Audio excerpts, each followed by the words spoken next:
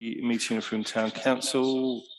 And I'm Steve Tanner. I'll be chairing this evening's meeting. We want to make our meetings available to as many people as possible, regardless of where they are. So we're using a hybrid setup of here in person at the Town Hall Chamber and online via Zoom. For those in the room, little housekeeping. Emergency exit is to the rear of the room and the assembly point is in the car park, which is now in there. Toilets can be accessed from the end of the corridor on the right-hand side, and there is an accessible toilet to the right of the lift. For panelists on Zoom, please use the electronic raised hand by clicking on the participants button at the bottom of your screen.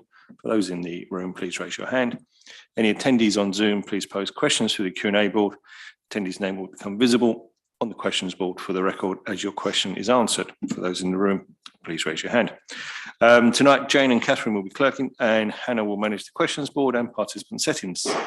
The meeting will be recorded for minuting purposes and will be also live streamed to our YouTube channel.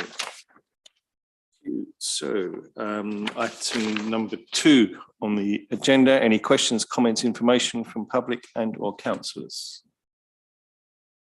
No? Great. Item 3, to agree apologies for absence received. I've got apologies from Andy Jones. Hannah? Okay, great. Nothing else? No, we're all here. Oh, someone proposed that. Thank you, Fiona. You agree the apologies. Item number 4 on the agenda, declaration of members' interests. Anybody got any interest in this week? No, we don't need to agree that, do we? We haven't got any. Great. Item number 5, to agree the minutes of the meeting of the 12th of January 2013. 2023. 2023. Yes, if only. If someone could propose those for me. Thank you, Mark. Second by... Oh, you weren't at the meeting. Thank you. You were at the meeting, were you? Great. Thanks, Lisa. Holly wasn't at the meeting either. Great. That's carried. Item number 6, to consider major plan applications received. Over to Catherine tonight. Hey, well, thank you, but I didn't think people needed to hear me muttering about online. My screen. There we go. What am I doing? I've got a mouse. Right, the first one we're going to look at is the land at Rodden Road, and it's a I can't read. One 4-bedroom house. Yeah, one 4-bedroom house, including a conversion and extension of an existing outbuilding to form a new car park. So the site plan is on the right, my right, showing that it's the site on the in red. There's house to the top, house at the bottom, house behind. And then this is the proposed block plan showing the new building, the existing outbuilding and how it'll be converted into the carport, and the entrance and garden and ancillary. We've got the ground floor plan in a bit of context showing the houses, the neighbouring houses. It's 3 stories. Again, plans, roof plan, and elevations with context as well. So it's an infill plot, and that's the carport. And I have said, when I find my notes, hang on, there we go, that it's making use of an infill plot. There's no overshadowing or overlooking to neighbours, I can see, because the plot is quite large. I'll go back to the site. So the plot is quite large, so that's reducing any overshadowing or overlooking. It's in keeping with the local vernacular. I appreciate steps towards sustainability. Hello. They're using a heat pump, they're reusing materials, they're retaining the existing outbuilding. That's it, I think. I think it's a sensible suggestion for the plot. The only issue may be exiting for the traffic lights on the crossing of Berkeley Road. However, Highways have said no objection standing observations apply. Great, thank you. That's it. David, is it? Yeah. Do you want to say anything at this point, or? Just on the. So it's just for anyone who watches the webinar. Just on the point about highways, there is already an existing drop curb by the side of the outbuilding that's there already. That was put in many years ago. Ah, okay, Okay. great. Anything else? Okay, thank you. When they. I'm just interested, is it Fazio's on the corner or? I believe that when they widened Wadden Road, there used to be a pub of which the outbuilding was part of. And that pub was then knocked down, and the land where highlighted in red and the land behind it to the right-hand side was given an option to build to my partner's parents and people who lived further up Berkeley Road. And they bought that from developers, and it's been in Bridget's family possession since then, which is 60s. Great, thank you very much. Councillors, any comments, questions? Any thoughts? Polly? Just on biodiversity, when would you anticipate it starting? I was looking at the report, and obviously any clearing of kind of trees and nesting birds and stuff. Just wondered when that would be relevant to you. Okay. Yeah, okay. But obviously it's quite a detailed report, and there isn't a lot that is pertinent apart from that, and slow worms and the like. But just wondered if that was being taken into account.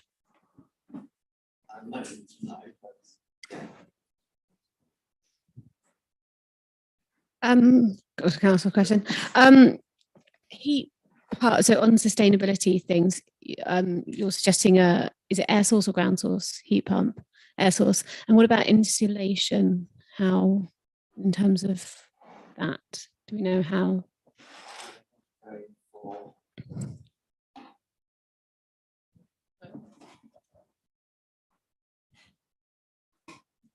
I don't know the full technical term, but we're not going for Passive. Passive house? Passive house, yeah. passive house, no. Okay. But it is insulated to high standards, I'm presuming. Insulated to whatever the current standards will be, yes. Okay. It has to be. So.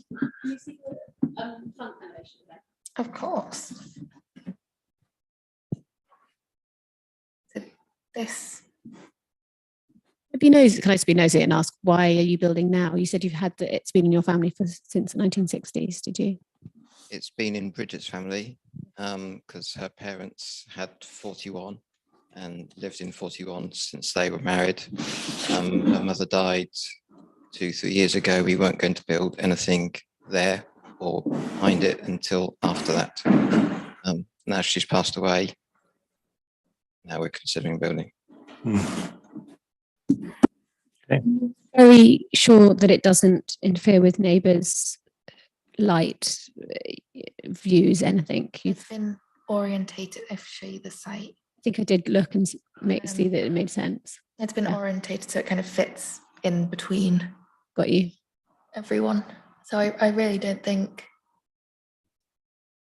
it would. And you can see, show you the elevations. It's equal massing to the neighbours. It's not hugely bigger. One of the roof pitches is slightly higher, but I don't think that would have a detrimental effect, again, because the plot's so large. I Yeah. think so. Big array of them, yeah. On the second picture down there, the panels. Anything else? Okay, well, I have no objection at all. I think it's a great use of an infill site. Love the sustainability of it. Wish everything was like it. It's remote, so I'm going to propose. Thank you. No objection. Excellent. Great. Thanks for coming. It's been quick. We'd love to have asked you more questions, but you sort of covered it all. Yeah. You're welcome to stay for the others, but Yeah. Sure. Thank you very much. okay. Catherine, over to you. Oh, Catherine. thank you. The next one is 82 Selwood Road. It's a retrospective application for 2 garden sheds. The applicant didn't realise that in a conservation area, permitted development rights don't apply. So usually you could just put whatever you wanted in your garden, within reason. So they put the sheds up. Mendip has told them they've got to apply retrospectively, which they have now done. So again, site plan on the left, on the right, showing the 2 sheds at the back highlighted in red, and again the site location showing the wider context of the area. These are the sheds. It's the view from the property behind. On the right, you can see the structure that was there in the centre. Can you see my mouse? Yeah, in the centre here. This was the existing structure that they have taken down and replaced with this one. And then this one here is a completely new structure. So that's the view from the neighbour directly behind. This is the picture I took from the design and access statement showing the pigeon loft that was there. The pigeon loft probably did come under the grade listing of the house, simply because everything within the curtilage of a grade listed house gets listed with it. So even though it's not a heritage asset, or very nice, it is technically still listed. And then these are the sheds in situ. Again, this is from the design and access statement. In the garden. Oops. So the building 1, which is this one that with the pitched roof, is replacing the dovecote or pigeon loft, and it's smaller than what was there. And then the other one I believe is being used as a pottery studio. They're both under 3 meters tall, and other similar garden structures have been previously approved. They are somewhat screened by the hedge to the right and the trees behind. However, I think one of the trees has had a really hard pruning, which makes it much more visible again from behind. They don't overlook or overshadow particularly. Usually within permitted developments, they would be fine. However, again, listed building, conservation area. They are very dark and really do draw your eye. That's what I've got. Thanks. You mentioned other buildings similar are in the area. Have we got any photos of those anywhere? No, but if you look at the site plan, you can see the outbuildings in the plant. All at the back of the garden. Yeah, all at the back. Sorry. So they're just dotted. Sure.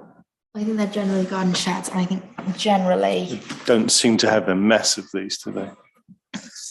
Can I ask a question? Of course. I did a bit of Googling trying to work this out, and the rules around the sheds, I think it's 2.5 meters. In non-listed, it would be 2.5 meters, and then something like 50% of the square footage of the building, I think. So if this wasn't listed, we're 100% sure that they would be approved. Okay. Yeah, they wouldn't, they'd be permitted development, so it wouldn't even go through the district council's planning process. But Wouldn't need planning permission. they wouldn't need planning permission, no. But because conservation areas and listed buildings are deemed to be more sensitive areas, or I think they call them areas of special interest, then the permitted development rules don't apply. And it's a conservation and it's listed. Yeah. Conservation area. The whole area is conservation. This particular row of terraces, I think 71 to 83, so the house just next to it, are one listing together. Thanks. Sorry, Mark and then Polly. I was reading something. Catherine and Jane are aware I've had a relatively long correspondence with the resident in Castle Street from where the photographs have been taken. We've escalated that and asked her to contact Mendip, and I know she's in correspondence with them. But what if, even if this does go through, I think it has pointed out the fairly poor contact with affected neighbours by Mendip. And this isn't the first time we've had it. And I know that we've complained about this before. Even in the last meeting, we had somebody who hadn't been contacted. They were right on top of the proposed development. So is there a way that we can send something to Mendip to remind them to tighten this up a bit if possible? It may be a glitch in there. I know Mendip have replied and said, well, it's probably down to the Royal Mail strike, which seemed a bit of a get out of jail card.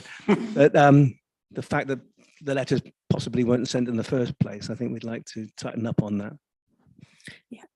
Excuse me. Yeah, absolutely. We can write to the technical team at Mendip. Again, they're the ones that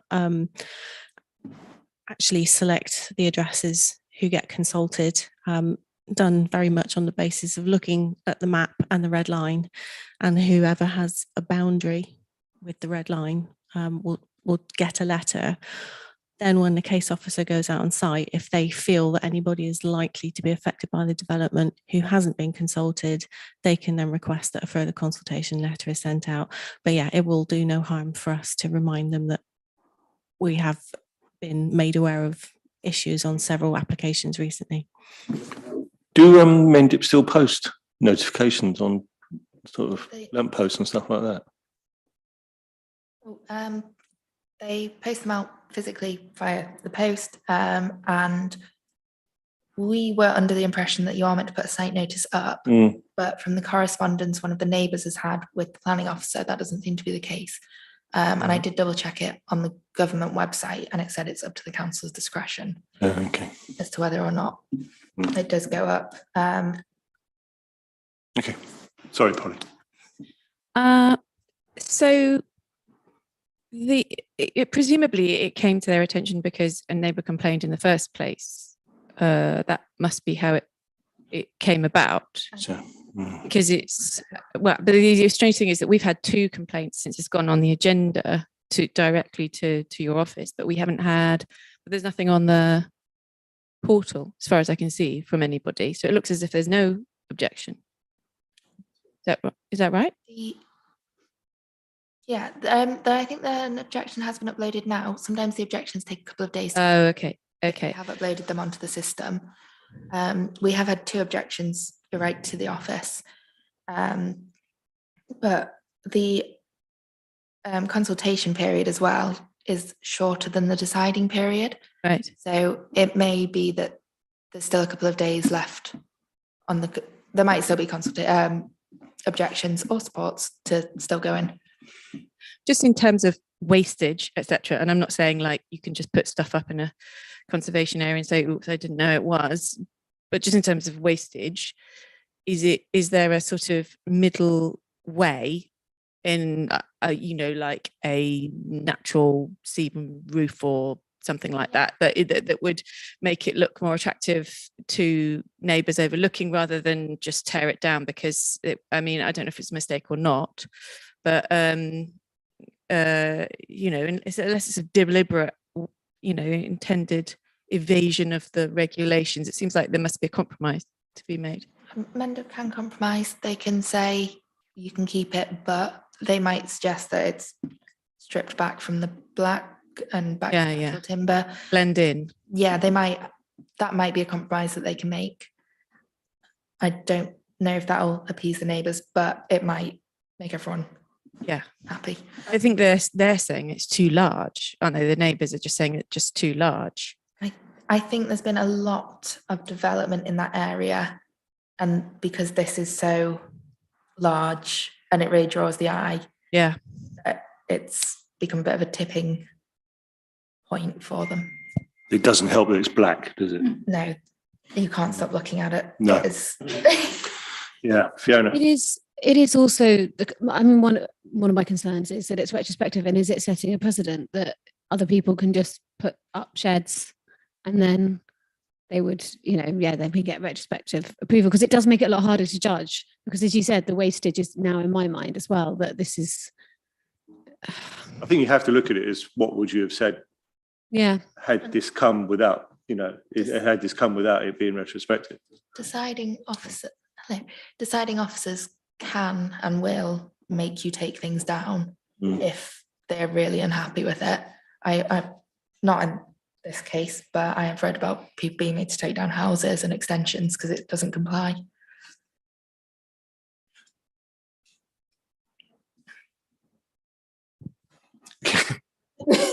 Go on then. No, I was just going to say,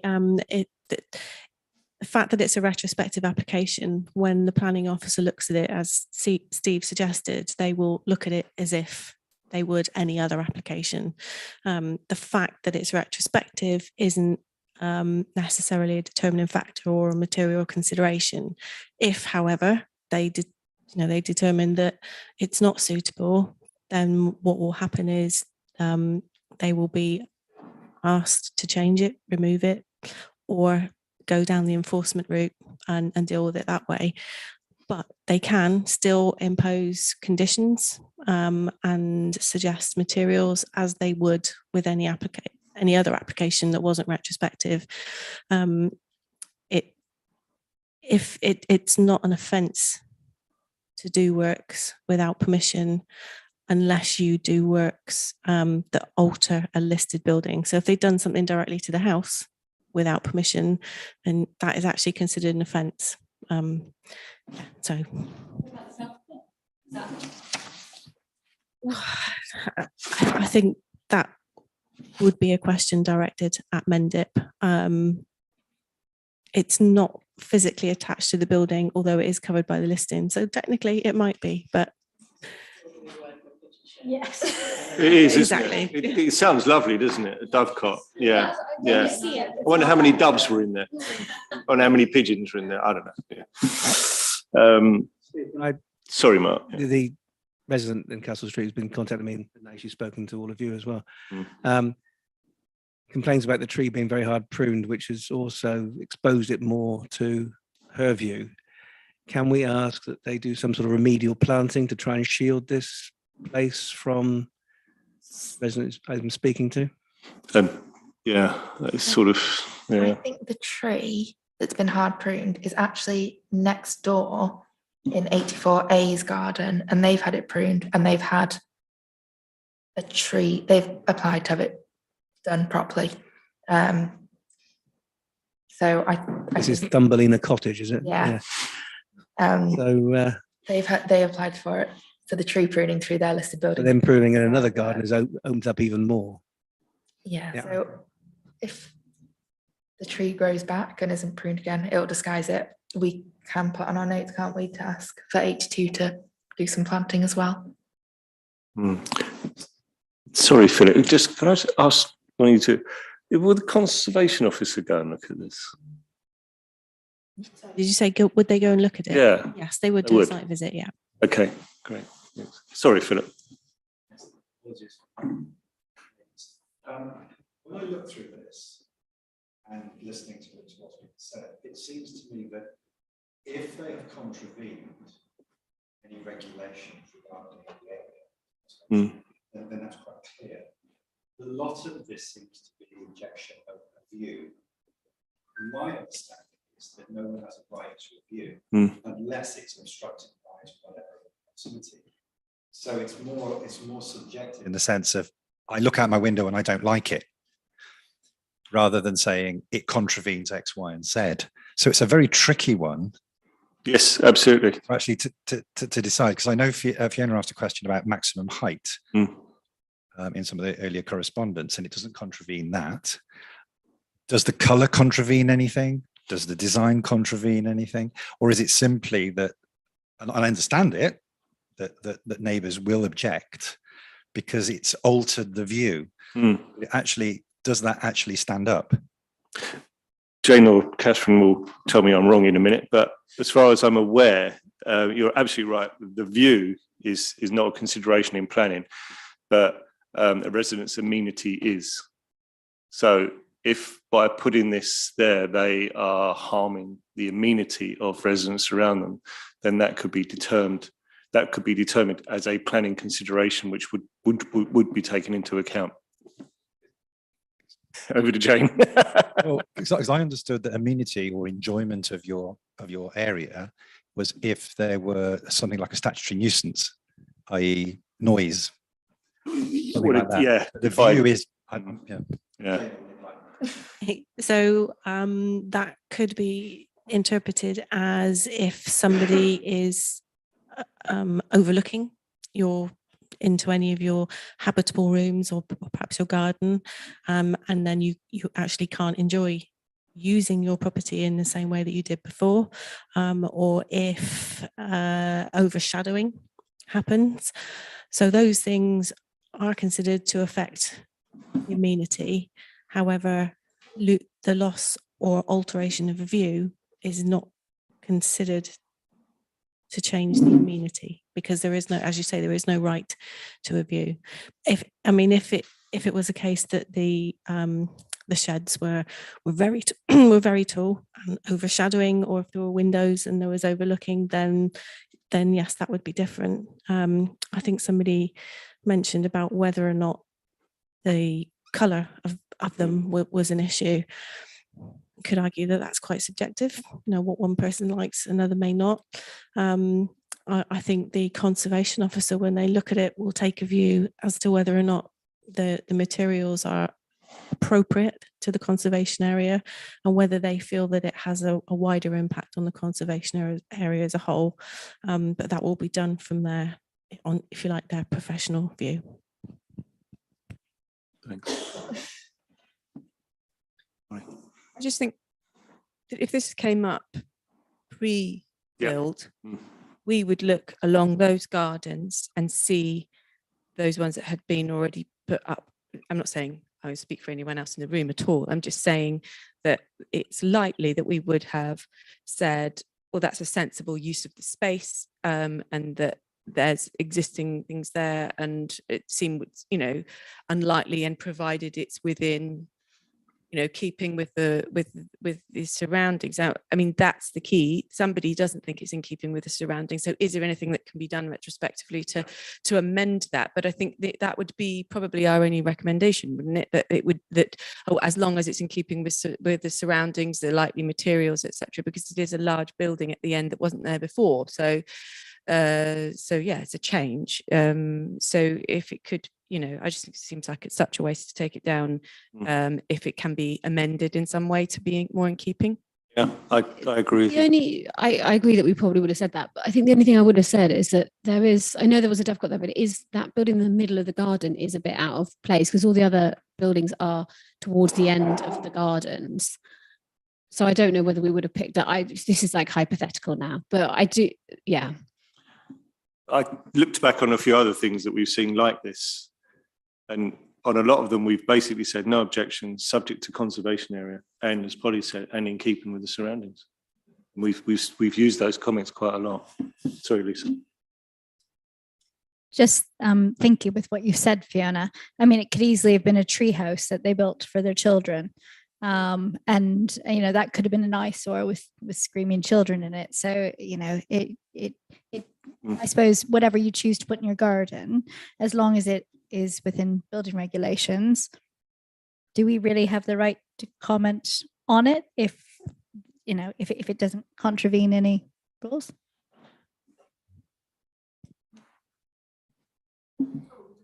No, not really. I thought you were going to say something. Sorry. One's a pottery studio.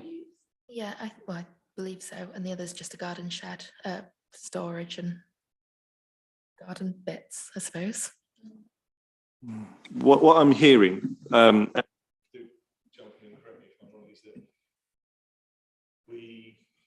is no real objection as such, but if something could be done to blend them into the surrounding gardens by way of screening, change of colour, cedar roof, whatever, then that would be far more in keeping with the surroundings.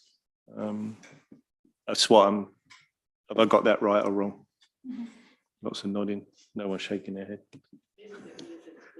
It is a bit strange that it's black, and it does stick out like a sore thumb, doesn't it? However, if I were creative, and I am, I could go back. It's a pastiche and vernacular again, aren't we? Did you get that? I have change colour, cedar roof, more planting. Right. So I'm just going to read it out again.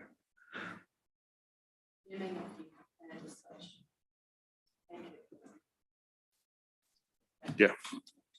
So I'm going to propose that we, no objection, but we would like to see them blended in to be more in keeping with the surroundings and possibly change the colour, especially the roof, or should we just change the colour? Yeah, well, I think it's even the glass, it's Lisa. I just think that perhaps that's a bit of a tricky situation. What if I hated the look of natural wood? Great. Okay. Could I object? Should we just keep it blending in with the surroundings then, and leave it at that? More sympathetic. Yeah. That's what I'm going to write. Right. Okay. I think we got that. Just bear with me. Am I slow? It's a good point. Yeah.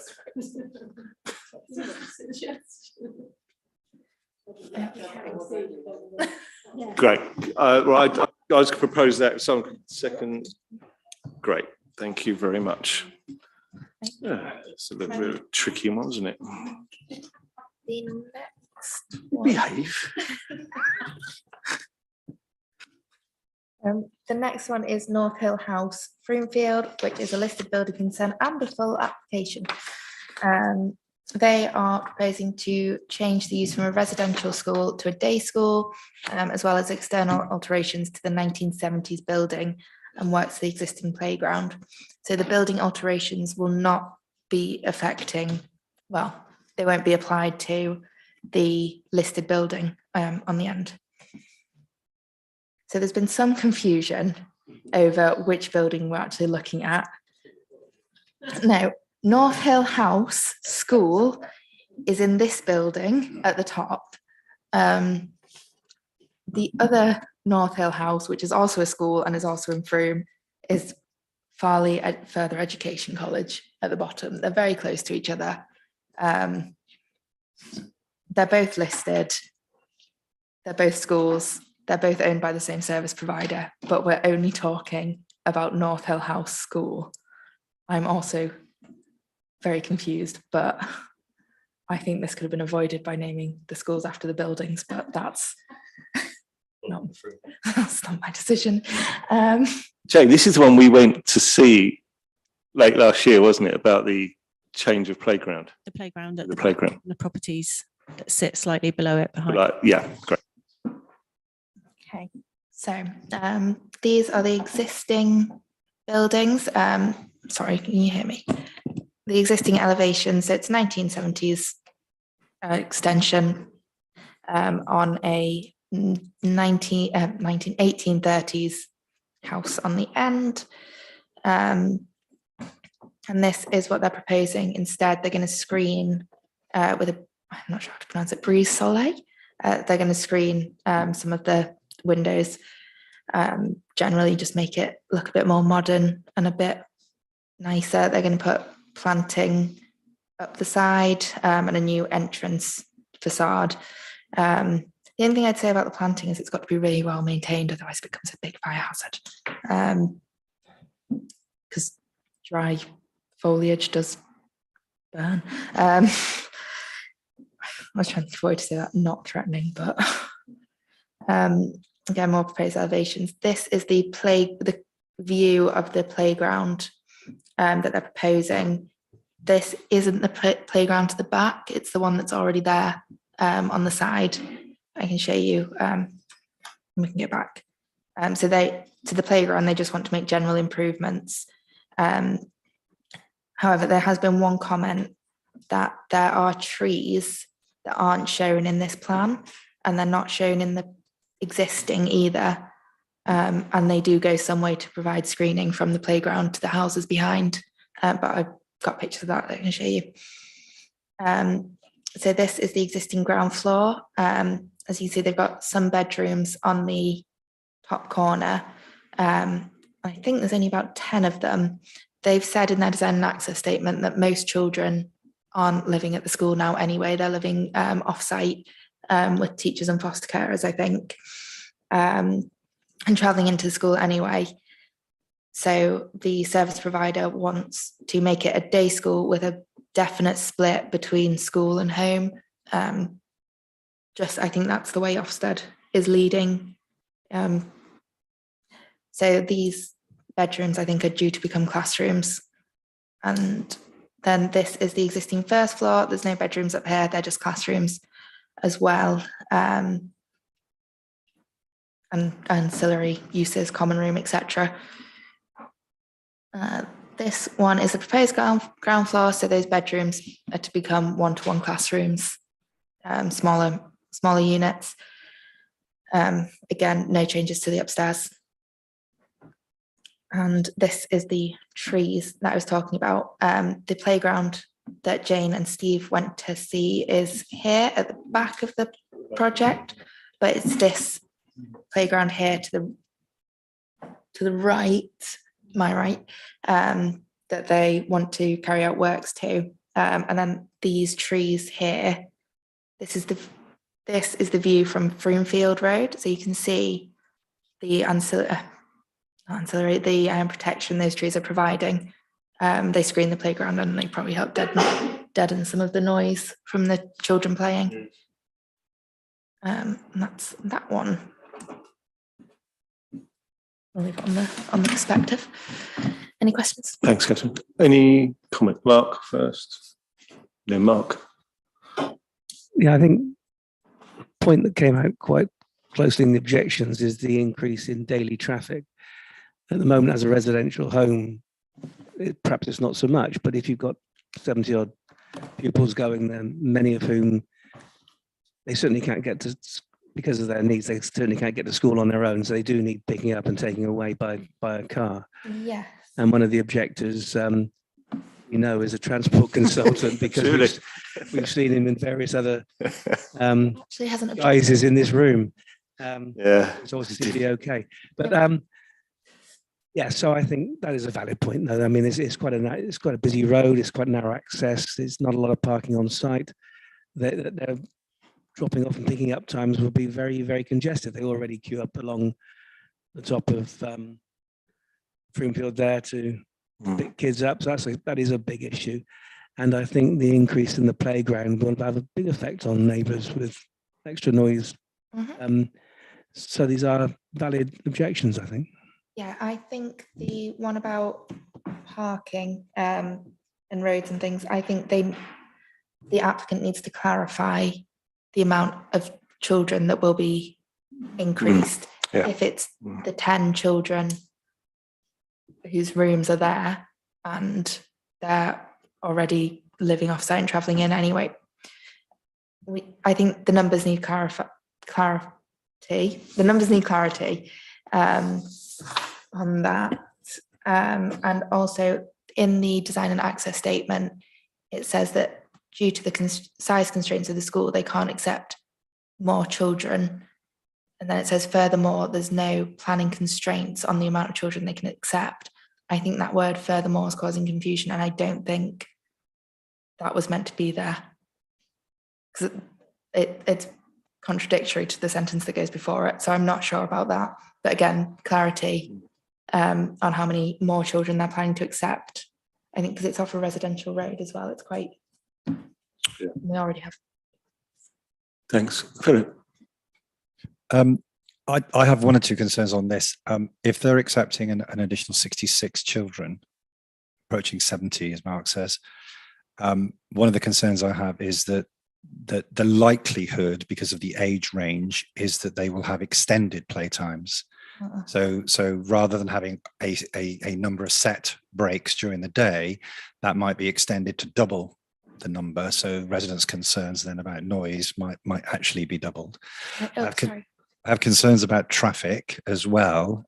Doing my bus survey that I've been doing recently, there is a bus stop marked just further down towards town as you go up North Parade on the left, but actually it's designated as a temporary bus stop. So I can't see many people using that. I do understand that a number of pupils will come in by minibus, but generally speaking, and I looked at this as I was there the other day when I went past, the majority of the parking space is taken up by staff. And I understand that obviously people will be dropping off, but there isn't really a lot of room for extra, for could be a considerable volume of vehicles. So I think they currently have 66 pupils. I don't think they're planning to increase by 66 pupils. And if so, then I'm changing what I've written in my notes, because that's a lot more children. My understandings of education in schools is that if they want to put 166, they can, because children do not come under the Works and Factories Act and so on. So you can fill a hall as much as you like, even against fire regs that would be for adults, because adults apparently you can't overfill because adults do their own thing, whereas you could put 160 kids in a hall designated for 100 adults because children apparently are biddable. So your point there about the increased number as it goes on, and let's face it, I mean, this is basically, it is a school, but it's basically a commercial venture. So the more pupils they get in there, the more money they receive. So the concern would be that number would grow. I think we need clarity on this number of pupils aspect, don't we? Lisa, and then Fiona. Sorry, Fiona. Just looking at a recent Ofsted report, 49 students at the school with a capacity for 66 currently, most of those being boys.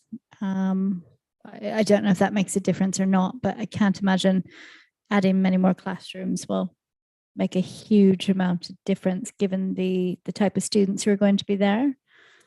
Yeah, I think the idea of the one-to-one classrooms is to take children out of main classrooms to do individual support with them, as opposed to more individual pupils to use them. I also think I read a lot of the children are living with teachers, so they're coming in with and the same drop-off. But again, there's no numbers, so I think clarity. Okay. Yeah. I completely agree about needing clarity around numbers. So hold on, it's a private school. Yes. Is it it's specifically for pupils, neurodiverse pupils with autism? Yeah, children and other and Asperger's. So are the parents paying for the children to go there, or is it supported? As far as I'm aware, you can get support from the council to send. Yeah, children there. my sister was employed there at one time doing the Mm. taking people in. Mm. And there is a mix of government funding and private provision, but because of the very nature of the school, it has a very wide catchment area, because there are only a few schools like this in the area. That's going to be my next question. So they do come from far and wide. So, and I don't think any of them, as far as I know, would use a bus or be able to use a bus. Certainly not supported, even if there is a bus stop outside. And so part of the package they get to send them to the school, I understand, is some transportation expenses. And so that's why most of them come in either with family car or a taxi. So on the Ofsted report, does it get good? It's good. There is a massive problem with special needs in Somerset. I think it's one of the worst in the country. I mean, there are children from Frome end up in Glastonbury and further afield. I mean, that's no other kind of where I'm coming from, that there's obviously a real need for a school like this, I'm presuming. Yeah. There's, Desperate. if it is a case of there being more pupils to get in, I understand, and I'm not in any way dismissing the numbers, and I think we need clarity on that. Absolutely. If it's playground looks lovely, I just feel a bit, if there is a real need for this, is it really up to us? And it seems from just looking on Google Maps, being honest, how many houses would potentially be affected? Because it doesn't seem like there's that many. If you look at the road behind, I literally just look at Google Maps, it doesn't seem that many But I don't want to be dismissive of neighbours' concerns, but they are right in the middle of the town centre. It's a really noisy road. I can't see that children playing would be a noise issue as much as is being indicated, but I might be wrong. I keep sort of thinking, yeah, I know it's got a good reputation and there is a growing need. There's a you know, demand and people are coming from far and wide, as Mark said. But I just want to know what the company itself is saying about the extra traffic access. Has already been complained about. There must have some comeback or some plan about traffic. Yeah. So. Go on, Jane. Thank you. The letter from one of the neighbours actually refers to the original application for it to become a change of use, for it to become a school in the first place, and that there were a set of conditions attached to that permission to protect the amenity of the adjoining properties. Unfortunately, that consent isn't available for me to view online. I imagine it was something to do with landscaping between the two properties, and that landscaping should remain in perpetuity. So, you know, if the trees die, then you replace and replant and maintain them. Noise could be considered an issue.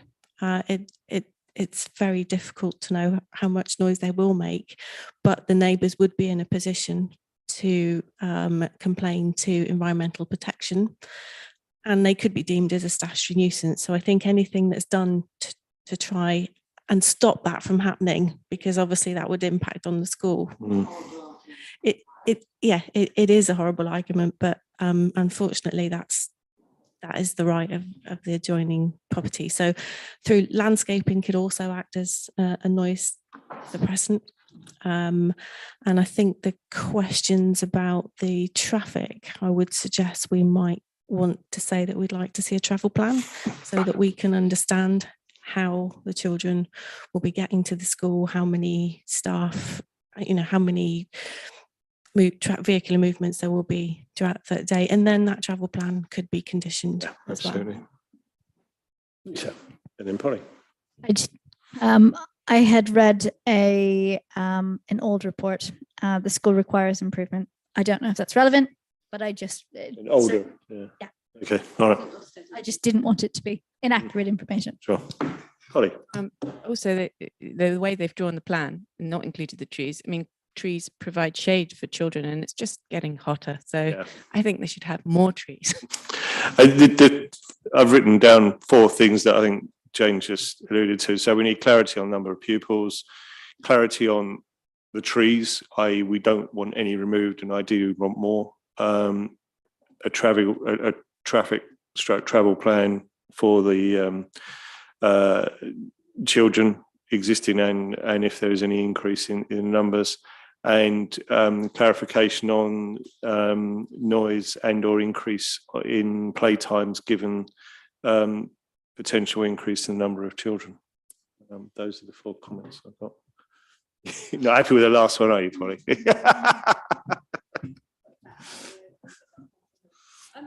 Also, the playground, I'm just wondering whether I'm presuming it's all tarmac. Is it tarmac already? So is there a sort of environmental? The playground currently, I think, is that like it's that rubbery stuff. Yeah, that children don't hurt if you fall over. So this is what they propose. They propose that the rubber again, as well as some artificial grass, which. Oh, can we make a note about the artificial grass, please, and ask what that is? When I'm ruler of the world, it's going. It's me being pedantic again, but. What, you like it or you don't? I do not like it. Well, more of it. There is sometimes that argument, but I can't. Yeah, in this. I mean, I think if there was more natural materials in the playground, it does feel like it's a very. I mean, it looks great, but if there was more, the trees, more natural materials, that would. Also, artificial grass in playgrounds does get ripped up and grubby, and you may as well have real lawn. And it is really bad in terms of environment and water drainage. The landscaping in the rear garden that we saw was actually quite nice, wasn't it? Yeah. Lisa's got a question. Can we just be considerate to the fact that maybe some of these children have issues, sensitivities, sensory issues? So I think it's probably worth leaving it to the school, or at least trusting in the school to provide what's right for the students that they have in their intake. Yeah. I think we could ask the room to consider that. Like, I agree with Lisa, there's maybe a vague reason, but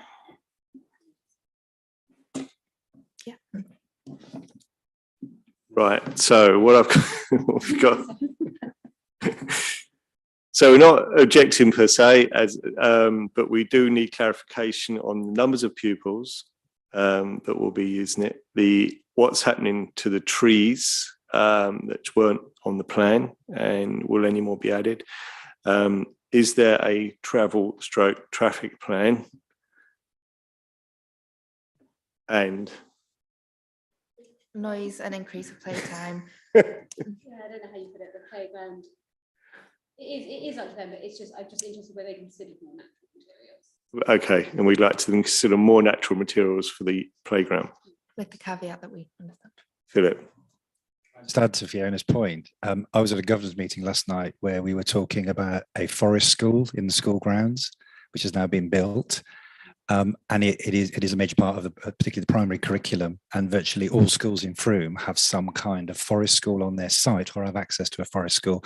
This now surprises me because it's going completely opposite by having artificial grass. And Polly's point about trees, for shade, it's been proven that artificial grass is actually hotter, in direct sunlight, and plus all the other environmental issues. So I'm quite surprised that they would go for that. To me, what that sounds like is possibly reducing maintenance rather than a sort of a specific issue that would need to be artificial grass for pupils. I don't see that, and certainly that doesn't come out in forest school design and provision for schools. I think it's a combination of what Lisa said. We have to be conscious of the children that are going to be going to this school, but obviously we would like to see more natural materials being used. Within the boundaries of what's appropriate for pupils. Yeah. So, Mm. Sure. Sorry. Yeah, as she said. Yeah. I will write on that with that basis.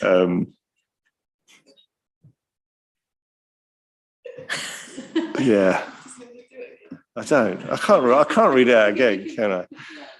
Right. Can we agree that what we said, and Catherine will put something together, okay, which encapsulates all of what we said and forms the basis of our response. And I think we should also say that we do fully appreciate the desperate need for this type of schooling in the area. So you can chuck that in as well. I can. Right. Someone propose that then, please. That's unanimous. Excellent. Great. Moving on. Moving on, we have got Ridgecroft Marston Lane with a first floor side extension. Which I haven't got notes on. Where are they? I've got notes. Here we are, Ridgecroft Marston Lane, side extension. I'll find them. So it is on Marston Lane. I should have circled it. It is. Marston Lane. It is very topical. So site plan, snip off Google Maps and the site plan to the right. They are proposing to unify their roof, basically. As you can see from the existing roof plan, it's a hodgepodge of different styles and different levels. And they're proposing to ratify it and make it neater. These are the existing elevations on the left. Yeah, my left. Existing elevations, you can see it's 1960s-ish style. And proposed elevations to the right, again showing the roof. Existing proposed. Yes. I have captioned that. I think it's down there, isn't it?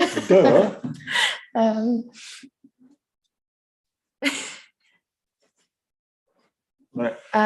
Existing ground floor plan, and the proposed, so again, not changing too much, although extending backwards as well, it looks like, which I don't think was mentioned. And the existing first floor plan and the proposed, so they'll be getting a lot more space just by changing the roof structure. That is that one. The Civic Society have said that they object to that one simply because they think there needs to be more elevations. They'd ideally like to see an elevation from the side, from either side, showing how the roof line would be and how it would situate against the neighbours. The deciding officer will go back to the architect and ask for more drawings if they feel like it's necessary. Again, similar to the first one we looked at, it isn't quite a big plot.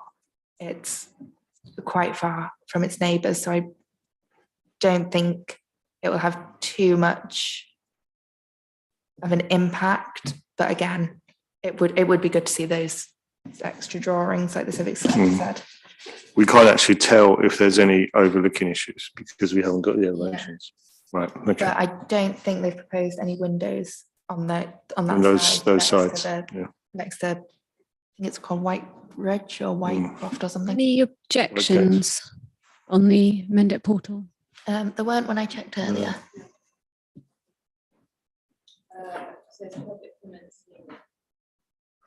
They might still go up if there are some, but I haven't.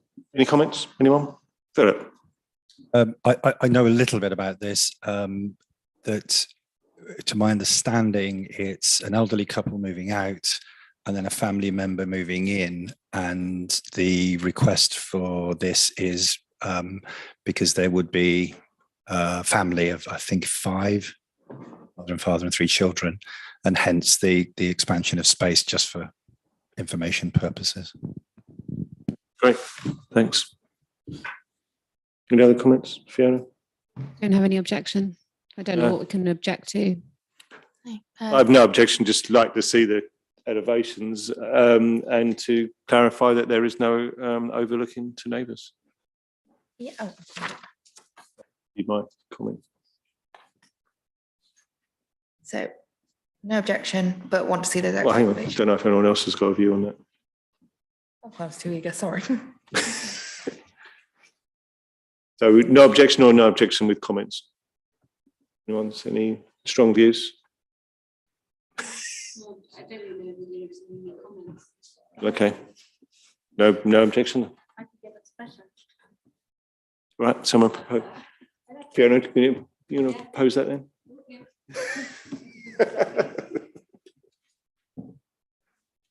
Right. Okay, and I think this is the last one. And this is Argyle House on Bath Street, Ooh, yeah. which is creating additional parking, a 2-bay garage, installing an artist studios and internal alterations. So these are the original plans, as is. I'm sorry about how they've been cropped. The architect's drawings were all on one page. It was really difficult to get them onto my format. So ground floor plan, showing the garden store to the left, parking goes here, and then the upper floors. And these are the proposed plans. You can see here how much bigger they are planning to make that cellar. The internal alterations seem to be going further to make the house how it would be originally, because I think it was solicitors' offices, so it had been divided up into smaller portions, and now they're opening it back up again to be a family house. This is the proposed plan showing parking. So at the moment they park 2 and then 1 in front, and they want to widen it to be able to park 3 all in one row. Existing elevations. Sorry, can you just go back? Of Where course. the parking is, what's that? Where just above it? Here, this one, that's Bath Street. Sorry. Yeah, so yeah, main Bath Street. Existing elevations, proposed elevations as if you were stood on Bath Street. So they've also proposed the gates and railings to block off their courtyard because they said they were worried about pets and children running into the road, which is fine there. And then this is the proposed elevation, as if you're stood on Bath Street looking up Bath Street with the proposed garage and the artist studio. The Civic Society aren't, they're not pleased. They think there's not enough drawings and that some things are missing, such as the glass balcony isn't shown on the west elevation. I think it's an inadequate heritage statement. I think it's harm to the listed building because the garage is not just fitted into the existing rubble-faced retaining wall. It's a completely new construction. The present retaining wall is stepped down from a higher level, one over the cellar, to a much lower level close to the street. The missing north elevation would show this. The cellar is part of the historic fabric of the house and should not be altered without full investigation. There's photos missing from the design and access statement. Dampness in an old cellar is normal and intentional. It may be on the spring line, so any excavation and tanking could affect the natural water flow down to the Cheap Street Rail. I don't know if it is on the spring line, but they have said it may be. And because it's so close to the church, there may be archaeological interest. And they think it's harm to the setting of the listed building and the conservation area. I have also said that I don't. You've got to read their last sentence, surely. Okay. The design of the proposed railings, which will be visible from Bath Street, do not seem to relate to the period of the building. The glass balustrade is completely inappropriate in this setting, and the creation of a terrace will result in domestic clutter, garden chairs, tables, lounges, sun umbrellas being placed in this prominent position. The application should be refused. And I don't think it's, I don't like it either. Well, you've got my notes. Right. Anyone, everyone. Oh, and sorry, just to add, the railings at the front have already gone up. And they're galvanized steel, so they really don't fit in. I don't know if they're planning to paint them, but. Can you go back to the drawing where they should be for us? Or where they are? Yeah, so they have gone in. I walked past earlier. These ones? Yeah, so they don't match. Galvanized steel.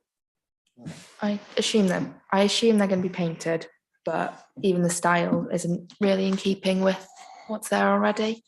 And I'd also be quite worried about, they've suggested removing the retaining wall, but haven't said what they're going to put in its place. And that's quite worrying considering it's, yeah, it's retaining the road and the house behind it. Mark, you must have you've been in the room for a couple of centuries, haven't you?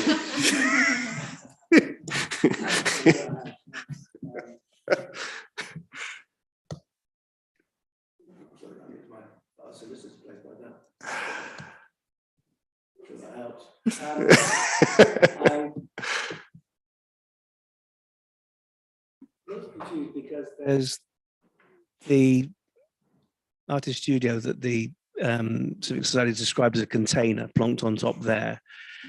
I'm a little confused about where this underground workshop is, which may also be more parking. If you go back to the previous slide, which I think shows the front. Going perhaps the other way. This one? No, keep going. This one?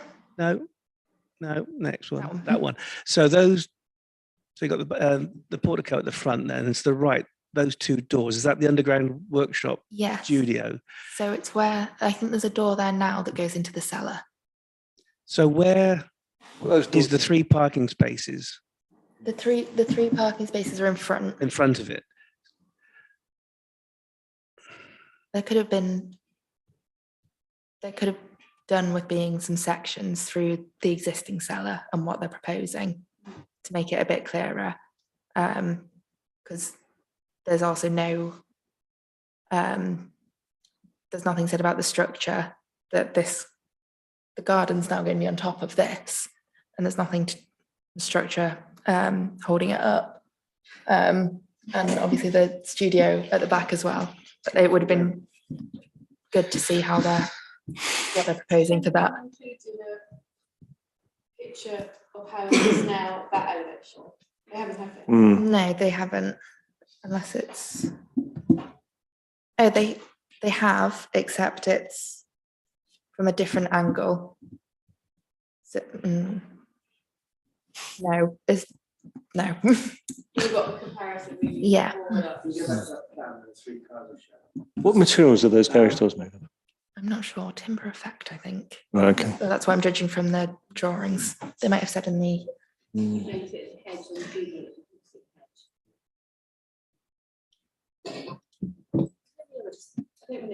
With it, like what are they changing the surface of the parking area from to? They're changing it from tarmac to a better tarmac. So I've said no objection to that. Okay, but it's definitely all tarmac because it looks from the overhead, it looks like there is some grass in there. Are they keeping that bit of grass? No, this is all parking. It's just tarmac, I think. Okay, All this bottom. but the garden bit, that's the green thing that I'm probably seeing then. Yes, I think so. Domestic clutter, I think you're right, it's called. And then at the top, this is a bit of gravel garden with flagstones and things where behind the gates. So I think that's probably their main garden. Okay. Question. How is it that on a listed, I know it was a commercial building before, but how is it on such an important historic listed building that they're allowed to put something in that's so dramatically different to the fabric of the building? Is it like a contemporary extension? Is it supposed to look like that?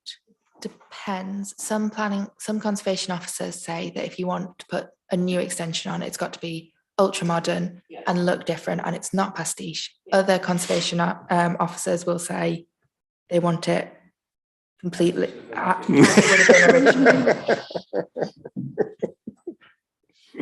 originally. Sorry. Just looking at this on Street View, they haven't put in the extent of the hedge along Bar Street, and also there is a pretty large tree. I would guesstimate about where the steps are going up to the garden towards the outbuilding, whatever that is. That hasn't been included. I personally don't like the design. I don't like what they're trying to do with it. I'm not against, as Catherine has just said, adding something new. I just don't think it's in keeping with the building and in keeping with the area. I think they could have come up with something a little bit more sympathetic. And also the studio, looking at this, would actually be much higher than the hedge. Yes, because it's stepped up, so it would be quite high. But they haven't shown. There's a tree behind as well. Yes, there is. Yeah, quite big. So they haven't shown that, and I think there's houses as well, but I don't know. They've shown the outline of them, so it would be good to see how that fits.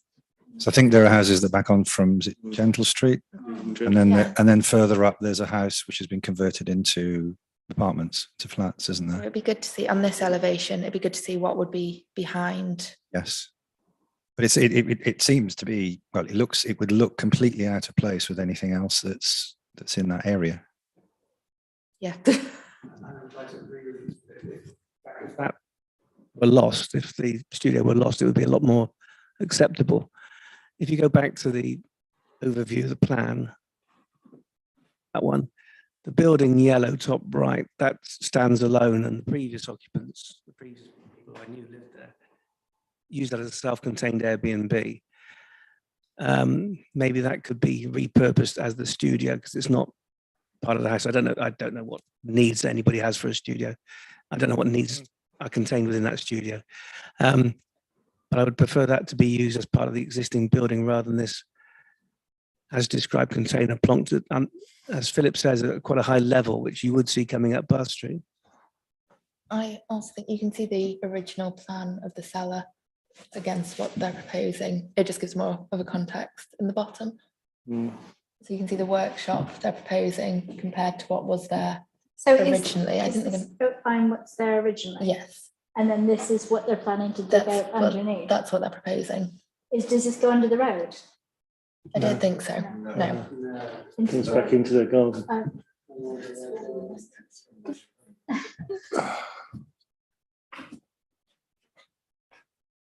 It's such a prominent building, isn't it, in Frome, that I sort of tend to agree with what the Civic Society has said without quite using the language that they've used. And some of the materials that they seem to be using don't seem to be in keeping with the house as it stands. I sort of agree with it. If you're going to put something on the side of a heritage building like this, make it different. But I'm not sure this is the right way to go about it. Anyone else got any comments or thoughts? I haven't got what can I say yet. No?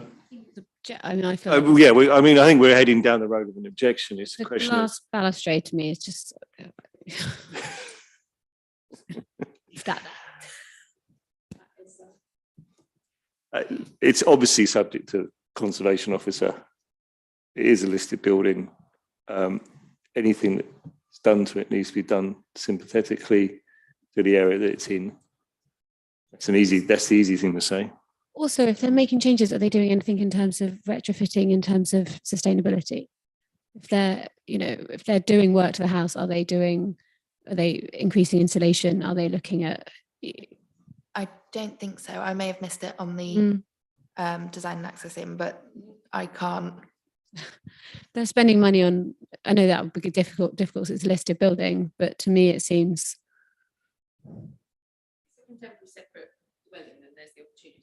Yeah. Mm. So I think the separate studio is one of those like prefab already done. Just put it in place. So I don't think there's any.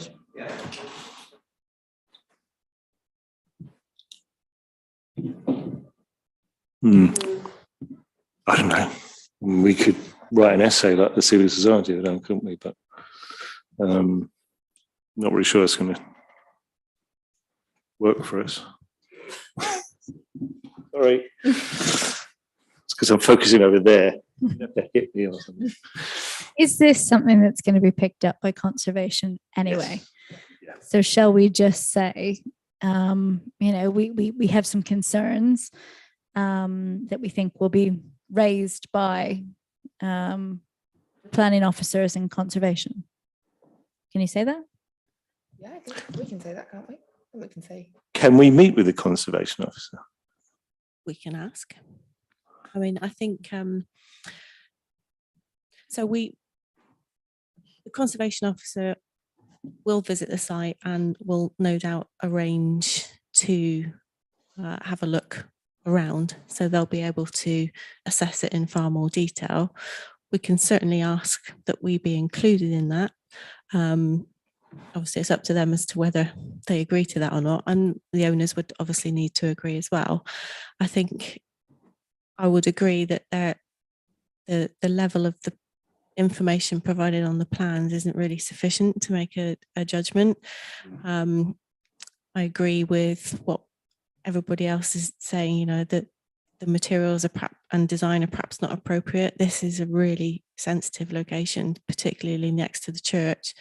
Yes, there's nothing wrong with modern design, but is that the right kind of modern design?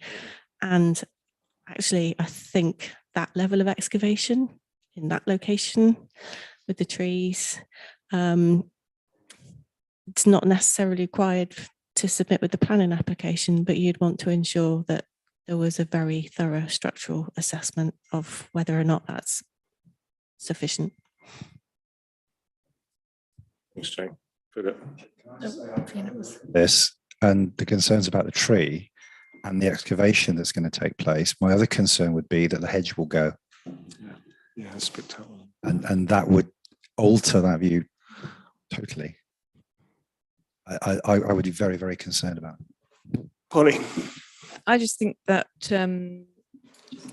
Further to what Jane's saying about it being a sensitive situation, a sensitive site, the aesthetics of it, if disproved by a handful of people who are staring at it, if it were changed, it's one of the things about Frome is it's a historic town, and that's what people like about the look of it. And I think that if you do own a town centre listed historic building, it sort of comes with a level of understanding that there's a responsibility about its aesthetic presented to the rest of the town. When we were talking about a conservation area before and a shed in a garden, that's not overlooked by more than a couple of people, but this is like everybody walking past. And so I really think that if a handful of people are saying that's a really jarring design, then I think that more people would say that too, and that's an objection enough, isn't it, really? Someone said, if you're a listed building, you're a custodian of it rather than the owner. Yes, yeah. My point was going to be similar to Polly, but just sort of picking up in terms of our response. Given that we are Frome Town Council, I think it's good to emphasise its importance to Frome, and it's, as you say, the aesthetics of it, and it's a historic building for Frome, and that's where it's going from. Therefore, we need a greater level of information than we have been given. But I think, given us as Frome Town Council, that's where we're coming from. So, I'll put that in my comment.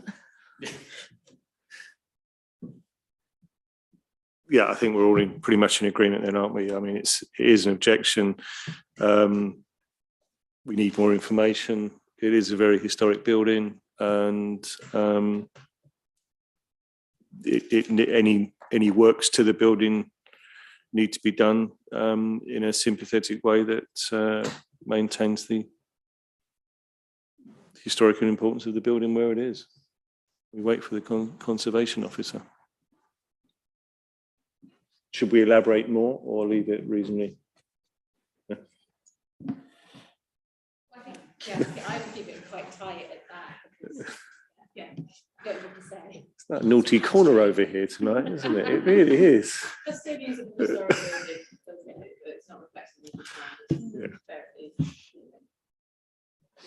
the Yeah, absolutely. Great, got that? Yeah. Great. Someone propose that then? Yeah, thank you. Got me this time. Is that it? That's it. That's it. Anyone wants to Good do Lord. anything else? Or Okay, if you want. It's just that the city society rejected on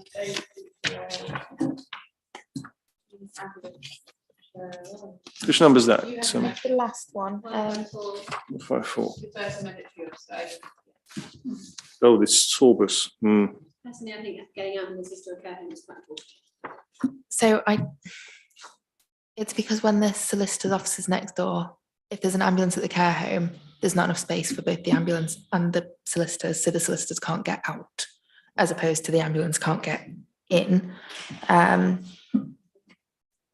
is slightly different. That is slightly different, but In this case. no, but I can get Google Maps up and have a look at a Sorbus. They're quite little, I think.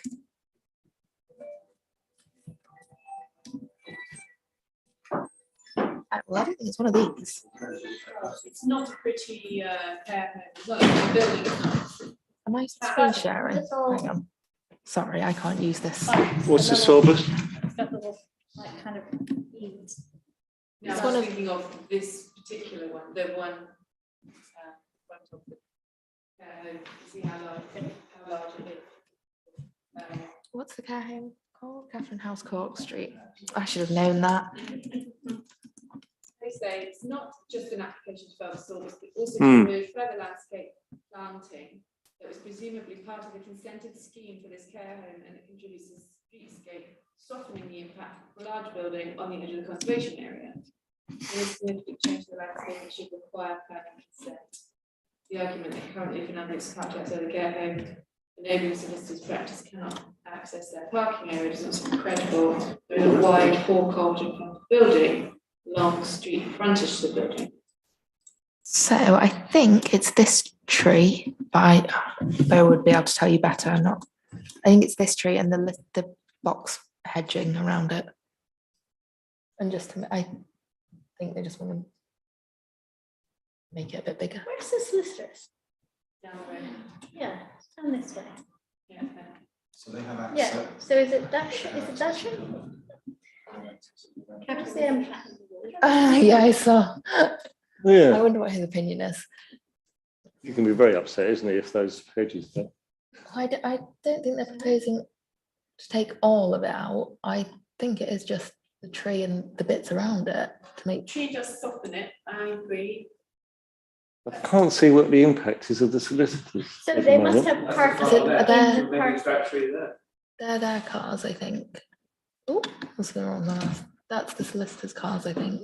Steve, I think the solicitor's parking is accessed where that ambulance van is. So I think they share that. Yeah, we'll go through And there. they Yes. go in through there and then round there the to go corner. to the rear of their building. Right. So no one can get out if there's an ambulance parked in there. Is that right? Yeah, I think so. I don't think obviously trust the tree officer. Yeah, but Yeah. Bo wouldn't do anything Hmm. they didn't think was right. Not. And you love that tree. I'm gonna do that. I don't know. If I You stop every day and look at the tree. I've never noticed it. Um, Yeah. Yeah. good point. Very good point. Wish I thought of that. Good middle way. Good point. Yeah, I haven't got an objection, subject to Bo, subject to the tree officer.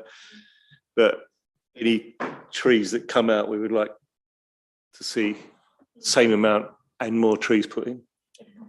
And more suitable. And more. Plant those trees. And fake grass, did you say? She was fake grass. Right, is that it? It's coming, it's descended into farce again, right? So, oh, yeah. Who's the power proposal? No one else is going to, right, thank you. Oh, yeah, and if we could vote on all of the comments that Catherine's made on the other ones that we haven't discussed, if someone proposed that, thank you, Mark. Thank you very much. And now I've got to fumble around. The next meeting is on the 16th of February 2003. Thank you all for coming. Thank you, 2020. What did I say again? 2003. So we've gone